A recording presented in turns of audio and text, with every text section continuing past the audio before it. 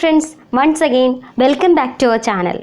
അമിത രോമ വളർച്ച പരിഹാരം വീട്ടിൽ തന്നെ എന്ന് പറഞ്ഞ് ഞാനൊരു വീഡിയോ ചെയ്തിട്ടുണ്ടായിരുന്നു. അത് ഒരുപാട് പേര് കാണുകയുണ്ടായി.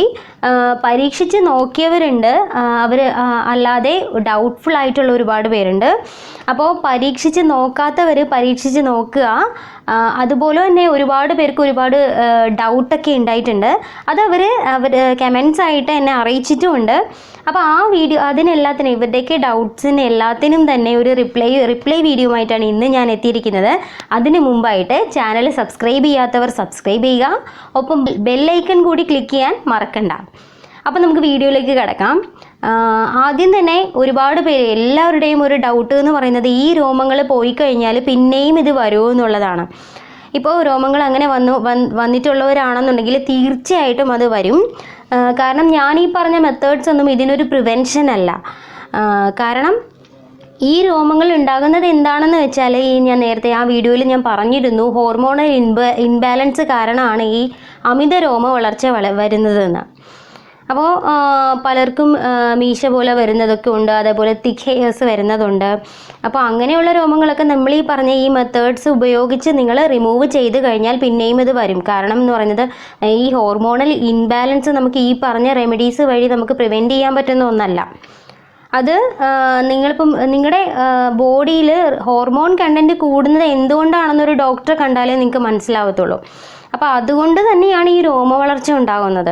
അപ്പോൾ അതിനെ നമുക്ക് സ്പോണ്ടേനിയസ് ആയിട്ട് നിർത്താനോ സ്റ്റോപ്പ് ചെയ്യാനൊന്നും നമുക്ക് കഴിയില്ല. അപ്പോൾ ഇതെന്തായാലും തീർച്ചയായിട്ടും ഉണ്ടാകും. പിന്നെ നമുക്കിതിനെ കൺട്രോൾ ചെയ്യാം. ഈ പറഞ്ഞ മെത്തേഡുകൾ വഴി നമുക്കിതിനെ കൺട്രോൾ ചെയ്ത് നിർത്താൻ സാധിക്കും. അതാണ് ഒന്നാമതുണ്ടായിരുന്ന ഒരു ഡൗട്ട് എന്ന് പറയുന്നത്. ഇനി അടുത്തതായിട്ട് ഇത് ട്രൈ ചെയ്ത് നോക്കിയവർ ഈ 3 മെത്തേഡ്സിൽ ഏതെങ്കിലുമൊക്കെ ട്രൈ ചെയ്ത് നോക്കിയാൽ പോരെ എന്നുള്ള ഒരു ഡൗട്ട് ഉണ്ടായിരുന്നു.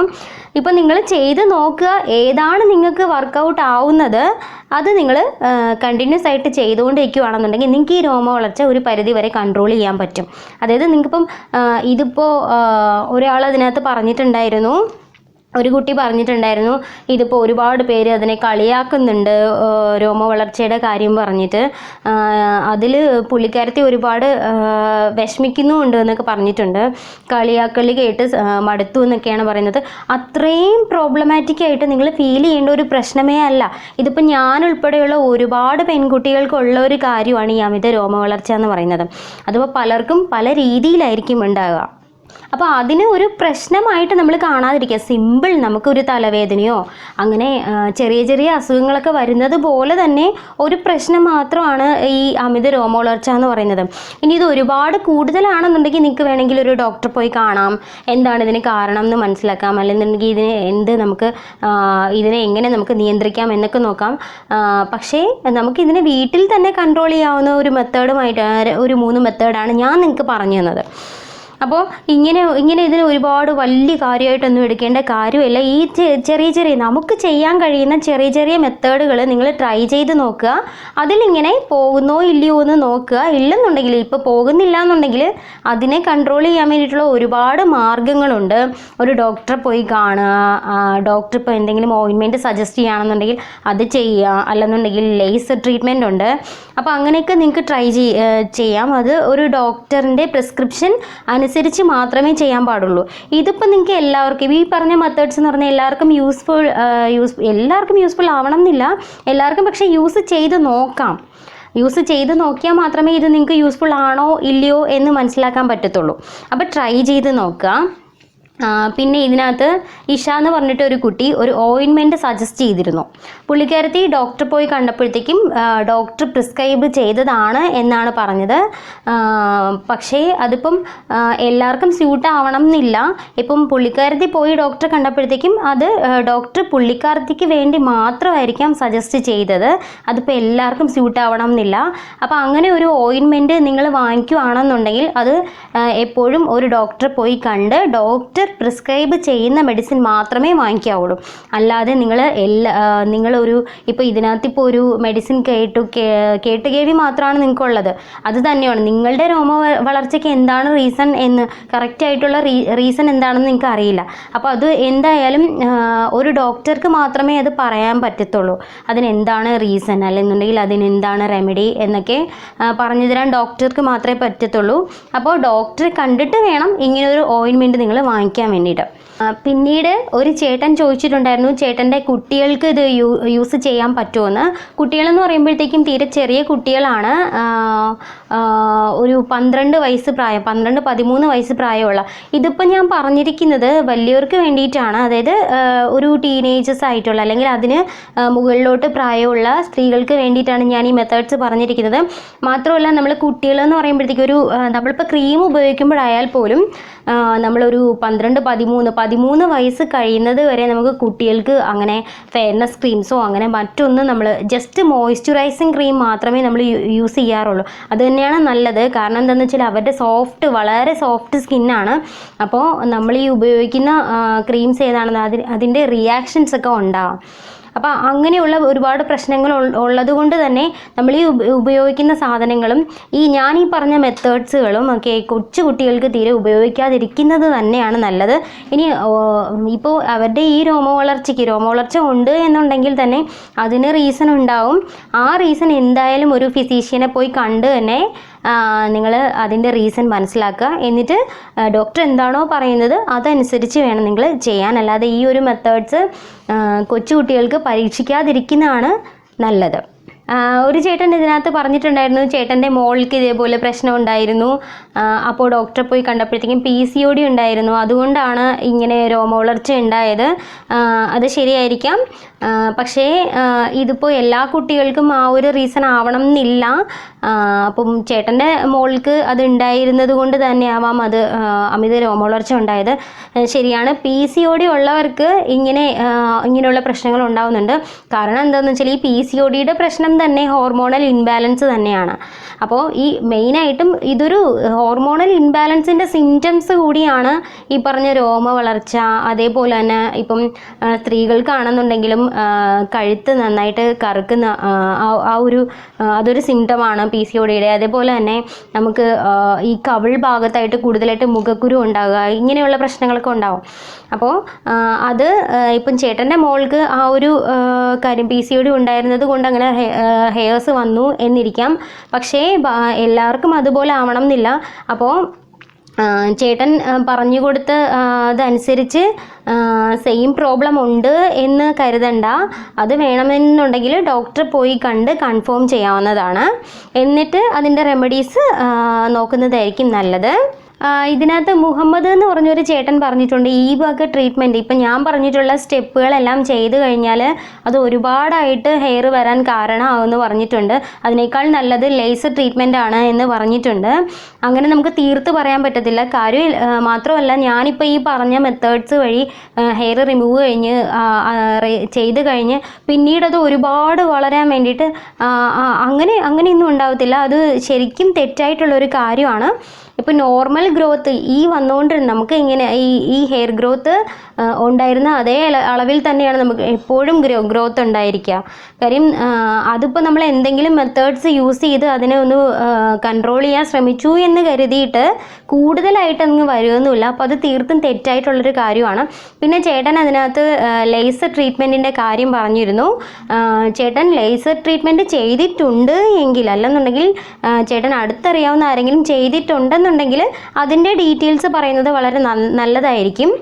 മാത്രമല്ല ഞാൻ കണ്ടിട്ടുള്ളിടത്തോളം ഇപ്പോൾ എൻ്റെ സിസ്റ്ററിന് ഈ പറഞ്ഞ ലേസർ ട്രീറ്റ്മെൻറ്റ് ചെയ്തിരുന്നു. അപ്പോൾ പുള്ളിക്കാരത്തിക്ക് ഈ മീശ പോലെ ഒരുപാട് ഹെയർ ഗ്രോത്ത് ഉണ്ടായിരുന്നു. അപ്പോൾ അതാണ് വേറെ മെത്തേഡ്സ് ഒന്നും യൂസ് ചെയ്യാതെ നേരെ ഡോക്ടറെ പോയി കണ്ട് ഇതേ ലേസർ ട്രീറ്റ്മെൻറ്റ് ചെയ്തിരുന്നു. ചെയ്ത് കഴിഞ്ഞ ശേഷം ഇപ്പോൾ എൻ്റെ സിസ്റ്റർ എല്ലാവരോടും പറയുന്നുണ്ട് അത് ചെയ്യരുത് എന്ന് തന്നെയാണ് പറയുന്നത്. അതിപ്പോൾ പുള്ളിക്കാരത്തേക്ക് ബുദ്ധിമുട്ടായിട്ട് അനുഭവപ്പെട്ടത് കൊണ്ടാകാം എന്ന് കരുതി അത് എല്ലാവർക്കും ബുദ്ധിമുട്ടായിരിക്കണം എന്നില്ല. ഇപ്പോൾ സ്പോണ്ടേനിയസ് ആയിട്ടുള്ള ഒരു റിയാക്ഷനാണ് നിങ്ങൾ ആഗ്രഹിക്കുന്നതെന്നുണ്ടെങ്കിൽ നിങ്ങൾക്കത് വളരെ പെട്ടെന്ന് തന്നെ റിമൂവ് ചെയ്യാൻ പറ്റും. അത് അതിൻ്റെ ഒരു ബെനിഫിറ്റ് തന്നെയാണ്. ലേസർ ട്രീറ്റ്മെൻറ്റ് വഴി നമുക്ക് വളരെ എളുപ്പത്തിൽ നമുക്കിതിനെ റിമൂവ് ചെയ്യാൻ പറ്റും. പക്ഷേ അതിൻ്റേതായിട്ടുള്ള ചില ഹാംഫുൾ ആയിട്ടുള്ള എഫക്ട്സ് അതിനുണ്ട്. അപ്പോൾ അത് മാത്രമാണ് ശരി. ലേസർ ട്രീറ്റ്മെൻറ്റ് വെച്ച് തന്നെ ഇതിനെ ചെയ്യണം, ഇതിനെ റിമൂവ് ചെയ്യണം എന്നൊന്നുമില്ല. പിന്നെ അതുപോലെ തന്നെ ഇപ്പം നമ്മൾ ഈ വീഡിയോയ്ക്കകത്ത് ഞാൻ പറഞ്ഞിരിക്കുന്നത് നമ്മുടെ വീട്ടിൽ തന്നെ ചെയ്യാൻ പറ്റുന്ന കുറച്ച് സ്റ്റെപ്സാണ്. നമുക്ക് വളരെ വേറെ ഒരുപാട് അതായത് കോസ്റ്റ്ലി ആയിട്ടുള്ള ഒരുപാട് സാധനങ്ങളൊന്നും വേണ്ട ഇതിന്. അപ്പോൾ ഈ ലേസർ ട്രീറ്റ്മെൻറ്റൊക്കെ എന്ന് പറയുന്നത് എല്ലാവർക്കും അഫോർഡബിൾ അല്ല. അപ്പോൾ അങ്ങനെ വരുന്ന ഒരു സിറ്റുവേഷനിലാണ് ഞാൻ ഈ പറഞ്ഞ ചെറിയ സ്റ്റെപ്സൊക്കെ, ഇതൊക്കെ നമുക്ക് വീട്ടിൽ ട്രൈ ചെയ്യാൻ പറ്റുന്നതാണ്. അപ്പോൾ ലേസർ ട്രീറ്റ്മെൻറ്റ് എന്ന് പറഞ്ഞാൽ എല്ലാവർക്കും അഫോർഡബിൾ ആയിട്ടുള്ളത് അല്ല എന്നുകൂടി നിങ്ങൾ മനസ്സിലാക്കേണ്ടിയിരിക്കുന്നു. ഞാനിതിനകത്ത് രണ്ടാമതായിട്ടൊരു മെത്തേഡ് പറഞ്ഞു, അതായത് ജെലാറ്റിൻ യൂസ് ചെയ്യുന്ന ഒരു മെത്തേഡാണ്. ഈ ജെലാറ്റിൻ ജെല്ലി ക്രിസ്റ്റൽസ് തന്നെയാണോ എന്നൊരാൾ ചോദിച്ചിരുന്നു. ശരിയാണ്, അത് തന്നെയാണ് ഈ ജെലാറ്റിൻ എന്ന് പറയുന്ന സാധനം. പിന്നെ ജെലാറ്റിൻ എന്തെങ്കിലും അലർജറ്റിക് ആയിട്ടുള്ളതാണോ എന്ന്, അതല്ലെങ്കിൽ ഇത് യൂസ് ചെയ്യുമ്പോഴത്തേക്കും മുഖത്ത് എന്തെങ്കിലും അലർജി ഉണ്ടാകാൻ ചാൻസ് ഉണ്ടോ എന്ന് ചോദിച്ചിരുന്നു. ജെലാറ്റിൻ എന്ന് പറയുന്നത് അങ്ങനെ അലർജി ഒന്നും ഉണ്ടാക്കാൻ ക്യാപ്പബിലിറ്റി ഉള്ള ഒന്നല്ല.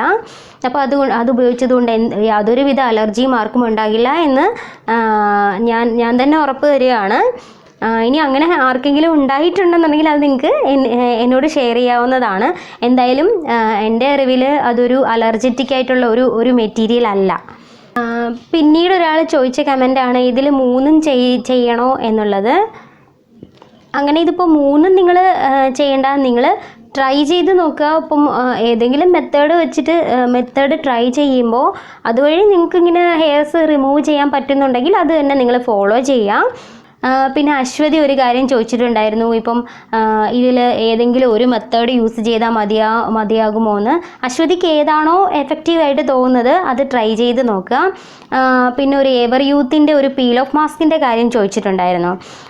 ഈ 3 മെത്തേഡും അശ്വതിക്ക് വർക്കൗട്ട് ആവുന്നില്ല എന്നുണ്ടെങ്കിൽ ഞാൻ വേറൊന്ന് സജസ്റ്റ് ചെയ്യാം. അത് നമ്മുടെ ചാർക്കോളിൻ്റെ ഫേസ് മാസ്കിങ് ക്രീമാണ്. പീൽ ഓഫ് മാസ്ക് അല്ല. ഒരിക്കലും നമുക്ക് പീൽ ഓഫ് മാസ്ക് വെച്ചിട്ട് നമുക്ക് ഈ പറഞ്ഞ ഹെയർസിനൊന്ന് റിമൂവ് ചെയ്യാൻ പറ്റത്തില്ല.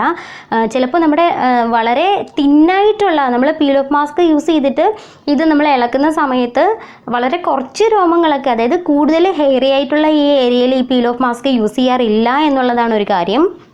മാത്രമല്ല നമ്മളിപ്പോൾ ഇത് ഇളക്കുന്ന സമയത്ത് നമ്മുടെ വളരെ കുറച്ച് 1-2 രോമങ്ങളൊക്കെ ഇളകി വരാം എന്ന് കരുതിയിട്ട് ഇത്രയും തിക്കായിട്ടുള്ള ഈ അമിതമായിട്ട് നമുക്ക് ഉണ്ടാകുന്ന ഈ രോമങ്ങളൊന്നും ഈ പീൽ ഓഫ് മാസ്ക് വെച്ചിട്ട് നമുക്ക് വലിച്ചെടുക്കാൻ കഴിയത്തില്ല.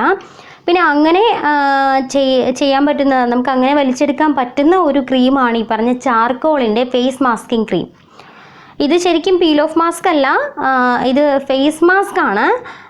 അപ്പോൾ ഈ മാസ്കിങ് ക്രീമാണെന്നുണ്ടെങ്കിൽ അത് നമ്മൾ യൂസ് ചെയ്ത് അത് ഇളക്കുന്ന സമയത്ത് നമുക്ക് ഒരുപാട് രോമങ്ങളിങ്ങനെ വരുന്നതായിട്ട് ഒരുപാട് പേര് പറഞ്ഞു.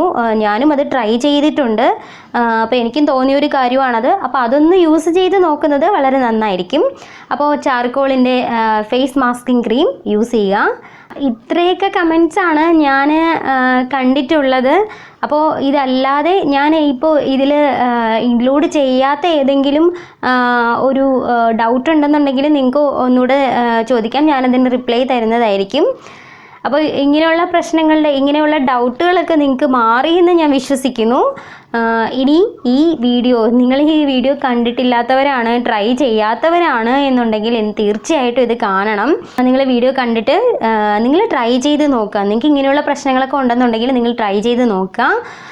ഇതൊരു വലിയ പ്രശ്നമൊന്നുമല്ല, എല്ലാവർക്കും മിക്കവർക്കും ഉള്ള പ്രശ്നങ്ങൾ തന്നെയാണ്. ഇതിനെ അങ്ങനെ അത്രയും സീരിയസ് ആയിട്ടൊന്നും എടുക്കേണ്ട കാര്യമില്ല. ഇതൊക്കെ നമുക്ക് സിമ്പിളായിട്ട് പരിഹരിക്കാൻ പറ്റുന്നതാണ്, നമുക്ക് തന്നെ പരിഹരിക്കാൻ പറ്റുന്ന വിഷയങ്ങളാണ്. അപ്പോൾ എല്ലാവരും വീഡിയോ കാണുക. മാത്രമല്ല എൻ്റെ ചാനൽ ഇതുവരെ സബ്സ്ക്രൈബ് ചെയ്തിട്ടില്ലാത്തവരാണെന്നെങ്കിൽ നിങ്ങൾ ചാനൽ സബ്സ്ക്രൈബ് ചെയ്യുക. ഒപ്പം ബെല്ലൈക്കൺ കൂടി ക്ലിക്ക് ചെയ്യുക. പ്രീവിയസ് വീഡിയോസ് കാണാനും മറക്കരുത്. അപ്പോൾ പുതിയൊരു ബ്യൂട്ടി ടിപ്പുമായിട്ട് നമുക്ക് വീണ്ടും കാണാം.